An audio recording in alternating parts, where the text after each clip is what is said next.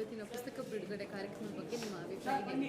ಭಾಳ ಖುಷಿಯಾಯಿತು. ವಿಶ್ವೇಶ್ವರ ಭಟ್ರ ಪುಸ್ತಕ ಬಿಡುಗಡೆ ಕಾರ್ಯಕ್ರಮ ಅಂತ ಹೇಳಿದರೆ ನಾವು ಎಲ್ಲಿದ್ದರೂ ಬರ್ತೀವಿ. ಯಾಕಂದರೆ ಕಳೆದ ಬಾರಿ ನನ್ನ ಪುಸ್ತಕ ಬಿಡುಗಡೆ ಕಾರ್ಯಕ್ರಮ ಇತ್ತು. ಅದು ಮುಗಿದ ತಕ್ಷಣ ನಾನು ಇವರ ಪುಸ್ತಕ ಬಿಡುಗಡೆ ಕಾರ್ಯಕ್ರಮಕ್ಕೆ ಬಂದೆ. ಯಾಕಂದರೆ ನನಗೆ ಎಸ್.ಎಲ್. ಭೈರಪ್ಪರು ಅಂತ ಹೇಳಿದರೆ ನನ್ನ ಹೃದಯದಲ್ಲಿರುವ ದೇವರಿದ್ದ ಹಾಗೆ, ಅವ್ರನ್ನ ಕರೆಸಿದರು.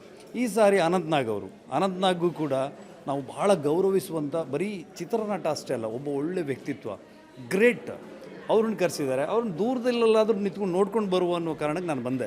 ಇವತ್ತು ಬೆಂಗಳೂರಿನಲ್ಲಿ ಸಾಹಿತ್ಯಾತ್ಮಕ ಕಾರ್ಯಕ್ರಮಗಳು ಇಷ್ಟು ಸೃಜನಶೀಲವಾಗಿ ಇಂತಹ ದೊಡ್ಡ ದೊಡ್ಡ ಪ್ರಭೃತಿಗಳನ್ನು ಕರೆಸಿ, ಪ್ರಜ್ಞಾಗಣರನ್ನು ಕರೆಸಿ ಮಾಡುವಂತಹ ಯಾವುದೇ ಪ್ರಕಾಶಕರು ಭಾಳ ಕಡಿಮೆ ಆಗಿದ್ದಾರೆ, ಮಾಡ್ತಾ ಇದ್ದಾರೆ.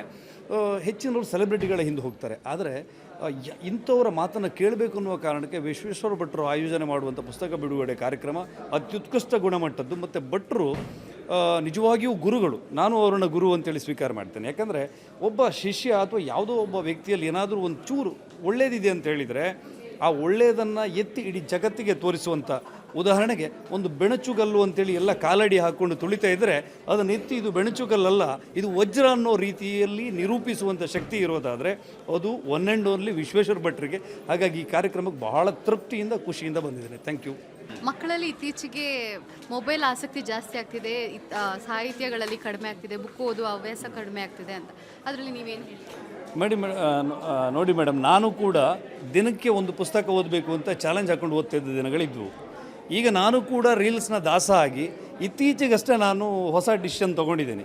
ಆ 9 ಗಂಟೆ ನಂತರ ಡಾಟಾ ಆಫ್ ಮಾಡಬೇಕು, 9:15 ನಂತರ ಫೋನನ್ನು ಆಫ್ ಮಾಡಬೇಕು ಅಂತೇಳಿ ಪ್ರತಿದಿನ ಮಿನಿಮಮ್ 75 ಪುಟಗಳನ್ನು ಓದಲೇಬೇಕು.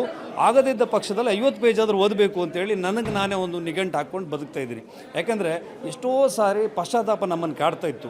ಎಷ್ಟೋ ಹೊಸ ಹೊಸ ಬುಕ್ಗಳು ಬರ್ತವೆ, ನಾವು ಓದ್ತಾ ಇಲ್ಲ, ನಾವು ಅಲ್ಲೇ ಚಂಡಿ ಕಂಬಳಿಯಾಗಿ ಬಿದ್ದಿದ್ದೀವಿ ಅಂತೇಳಿ. ಇವತ್ತಿನ ಮಕ್ಕಳಲ್ಲಿ ಎಷ್ಟು ನಾವು ಓದ್ತೀವಿ ಅಷ್ಟು ನಮ್ಮ ಅರ್ಥದಿಗಂತ ವಿಸ್ತಾರ ಆಗುತ್ತೆ. ನಮ್ಮ ಮಕ್ಕಳು ಇವತ್ತು ಓದೋದೇನಂತ ಹೇಳಿದರೆ ಆಲ್ಮೋಸ್ಟ್ ಹೆಚ್ಚಿನ ಜನ ಓದೋದು ಬರೀ ಫೇಸ್ಬುಕ್ಕಲ್ಲಿ, ಪುಸ್ತಕನ ಓದೋದೇ ಇಲ್ಲ. ಅದನ್ನು ಬದಲು ಮಾಡಬೇಕು. ಭಟ್ರು ಹೇಳಿರುವಂಥದ್ದು ಲೈಬ್ರರಿಗಳ ಸಂಖ್ಯೆ ಜಾಸ್ತಿ ಆಗಬೇಕು, ಲೈಬ್ರರಿಗೆ ನಾವು ಸಮಯ ಕೊಡಬೇಕು ಅನ್ನೋದನ್ನು ಭಟ್ರು ಇವತ್ತು ಹೇಳಿದ್ದಾರೆ. ಅದನ್ನು ನಾವಂತೂ ಅದನ್ನು ಅನುಸರಿಸಲಿಕ್ಕೆ ಪ್ರಯತ್ನ ಮಾಡ್ತೀವಿ. ಡೆಲ್ಲಿಯಲ್ಲಿ ಪ್ರದೇಶಗಳಾಯಿತು, ಅವರ ಒಂದು ಸೆನ್ಸಿಗಳ ಒಂದು ಆಗಿನ ಕಾಲದಿದ್ದಂಥ ವಿದ್ಯಾರ್ಥಿಗಳು ಎಷ್ಟು ವ್ಯತ್ಯಾಸ ಆಗುತ್ತೆ? ಇಲ್ಲ, ವಿದ್ಯಾರ್ಥಿಗಳು ಬೀದಿಗೆ ಇಳಿಬೇಕು, ವಿದ್ಯಾರ್ಥಿಗಳು ಪ್ರತಿಭಟಿಸಬೇಕು, ವಿದ್ಯಾರ್ಥಿಗಳು ತಮ್ಮ ಹಕ್ಕಿನ ಬಗ್ಗೆ ಹೋರಾಟ ಮಾಡಬೇಕು. ಆದರೆ ವಿಚಾರ ಯಾವುದು ಅನ್ನೋದು ಮುಖ್ಯ ಆಗುತ್ತೆ. ಒಂದು ಭಾಗ ಯಾವ ದೇಶ, ಸಂಸ್ಕೃತಿ, ಸಂಸ್ಕಾರ, ಸದಾಚಾರದ ಬಗ್ಗೆ ಮಾತಾಡಬೇಕಾದಂಥ ವಿದ್ಯಾರ್ಥಿಗಳು ಮಾತಾಡದೇ ಇರುವ ಕಾರಣಕ್ಕೆ ದುಷ್ಟ ವಿಚಾರ ಇಟ್ಕೊಂಡು ವಿಜೃಂಭಣೆ ಮಾಡುವಂಥ ಕಾಲ ಇದಾಗಿದೆ. ನಾವು ಅದನ್ನು ಏನು ಸಂಸ್ಕೃತಿ, ಈ ಪರಂಪರೆಯ ಸಂರಕ್ಷಕರು ದೊಡ್ಡ ಸಂಖ್ಯೆಯಲ್ಲಿದ್ದಾರೆ. ಅವರಿಗೆ ಇದೊಂದು ಸಂದೇಶ ಆಗಿದೆ, ನೀವು ಸುಮ್ಮನೆ ಇದ್ದರೆ ಇದು ವಿಜೃಂಭಣೆ ಆಗುತ್ತೆ ಅಂತೇಳಿ. ಈ ಥರ ಅದು ಮಾರ್ಪಾಡಾಗಬೇಕು ಅಂತೇಳಿ ನಾನು ಬಯಸ್ತೇನೆ. Thank you sir.